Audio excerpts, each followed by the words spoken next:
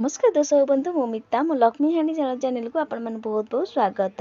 आज आपण मन सहित शेयर करी कखारु बरा तरकारी।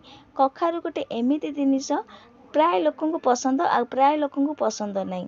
घर जिते कखारु पलि आसे आम भावु कखारु रे कौन करबा, अधिका कखारु पलि आइले आम समेत भावु कखारु कौन करबा।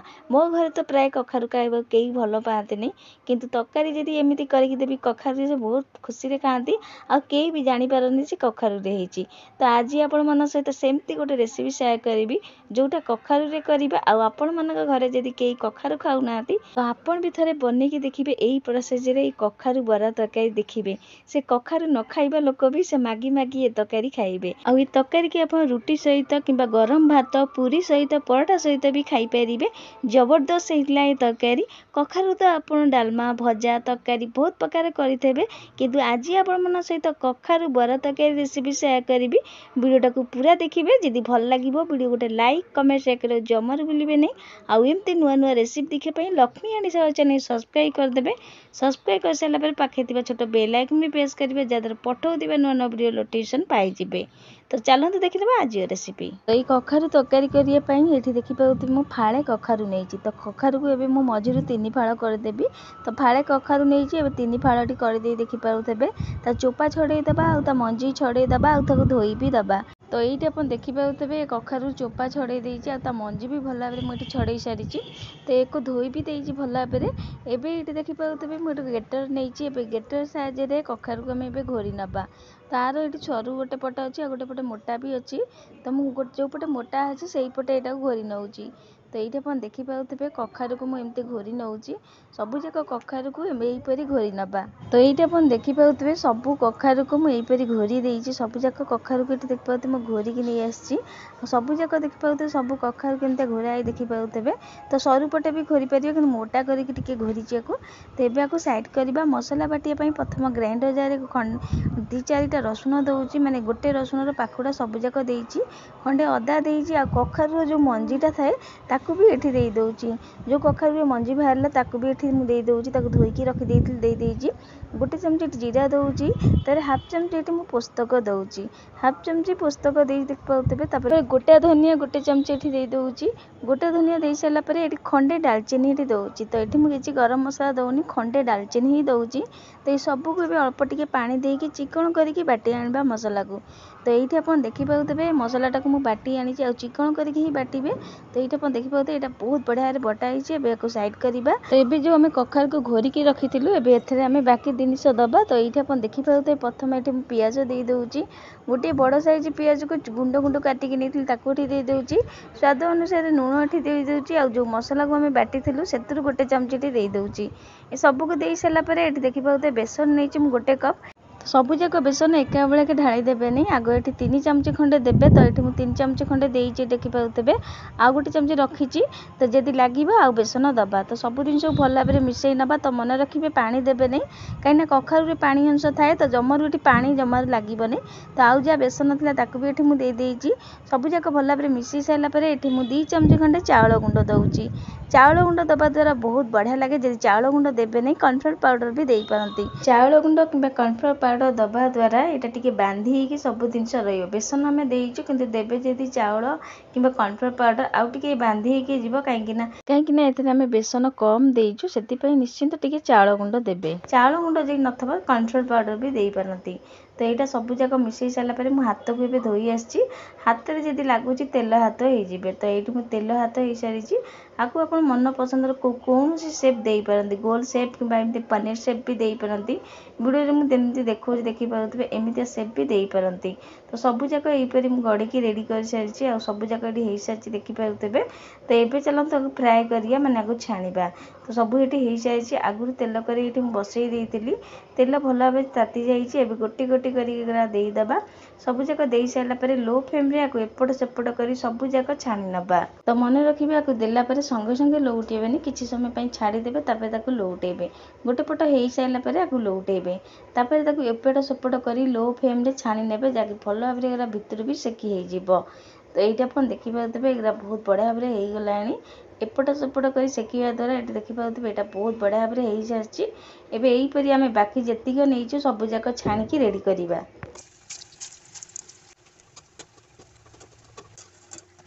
तो सबू जाक बरा छाणी सारा पर देखिए सेम कढ़ाई तेल अच्छी से मुझे आलू भी दे दूँगी।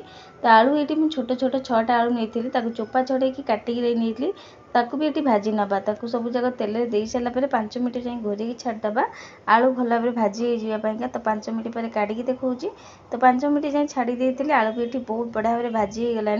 तो आलू काढ़ी सारापर से सेम कड़े आउ टे तेल दे देती तो गोटा गरम मसला 2-4टा दे देती जेन खंडे डालचीनी देती चक्री फूल ये सबू को देकी भल भाव टिके भाजीगला काटिकी पियाज नहीं दे देती। तो ये आप गोटा आउ कि गरम मसला भी दे पारती।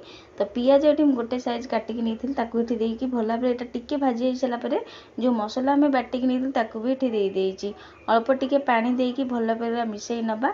तो पियाज हल्का टिके भाजी हो सारापर मुझे मसला दे दी जो बाटिकी नहीं मसला देकी अल्प टिके पानी देकी भल भाव मिसईकी घोरेकी लो फ्लेम रे छाड़ 5-10 मिनट जाए मसला भल भाव कषि होगा।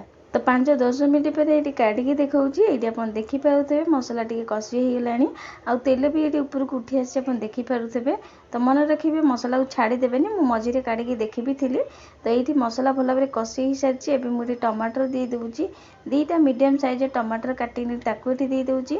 स्वाद अनुसार ये लुण हलदी ये दे दूँगी गोटे चमचे लुण गोटे चमचे हलदी ये लंका गुंड हाफ चमची Kashmir red chilli powder half चमची ये सबू को देकी भल भाव मिसई देकी पुणी थे या छाड़ीदे 5-10 मिनट जाए कषि होगापी जहाँकि टमाटर भी सीझ आ मसला जहाँ आगे देचु सी भी कषि हो।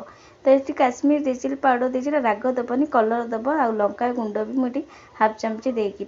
तो अधिका राग जदि खाती आपड़ ये अधिका राग भी दे पार। तो ये आप देखिपे 5-10 मिनट पर काढ़ी देखा तो ये आप देखिपे मसला कषि होगी तेल भी ऊपर छाड़ी सारी मसलार। तो आउ टे खोला करके कषि नवा तो आगे घोरेबे नहीं आउ टे कषि नवा भल भाव टमाटर जब किसी सीझी नहीं चटु से दाबीदेवे जहाँकि मसला भल भाव मिसई तो भल भाव आउ कि समय मसलाटा को कषि नवा। तो ये आप देखिपे मसलाटा आउ कि समय कषि सारापर बहुत बढ़िया भाव कषि हो सारा एवं भाजिकी नहीं आलू देदेबा आलू दे सारिकी भल भाव मिसई नवा। तो अल्प टिके पानी देकी भल भाव आलू को कषि नवा मसला सहित। तो ये आप देखिपे आलू देकी टिके भल भाव कषि सारी मसला सहित एवं एथर आम पानी देदेबा। तो ये उषुम पानी देवे ठंडा पानी देवेनि। तो पानी की मुझे गरम करके नहीं पानी ये दे सारापर भल भाव मिसईकी आपको ये छाड़ लो फ्लेम रे आलू को सीझापी तरकारी भल भाव फुटवा आलू भी आम टे कंचा अच्छे सी भी सीझ 5-10 मिनट पर काढ़ी देखा आलू ये बहुत बढ़िया भाव सीझीगला तरकारी आगुठू आहरी भी काठुआ होगला। तो ये आप देखिपे आलू भी सीझीगला आ तरकारी आगुठू आहरी भी काठुआ हो सारी।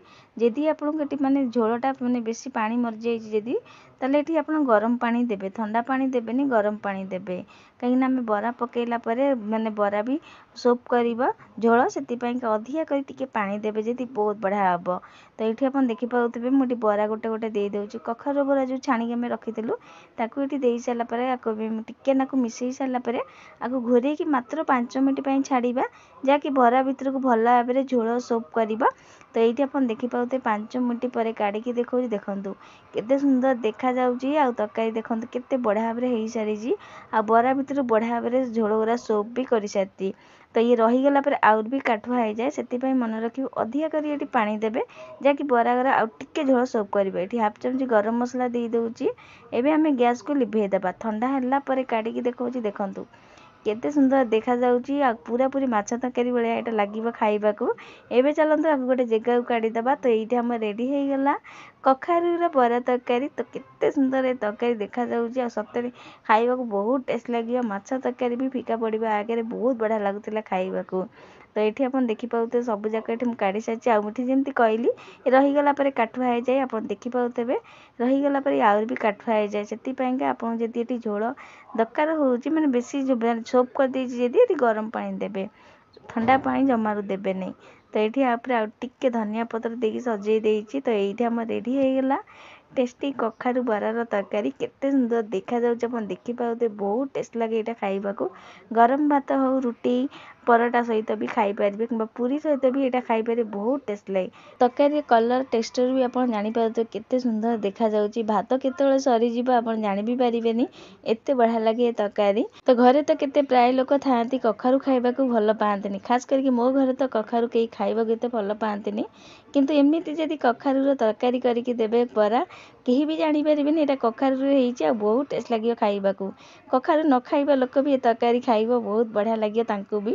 ଆଉ ସେ ବାରମ୍ବାର ପଚାରିବେ କେଉଁଥିରେ ଏଇଟା ହେଇଛି। ତ ଆପଣମାନେ ତ କଖାରୁର ବହୁତ ପ୍ରକାର ତରକାରୀ ବି କରିଥିବେ, ଡାଲମା, ଆଉ ବହୁତ ପ୍ରକାର ଭଜା ବି କରିଥିବେ କଖାରୁର।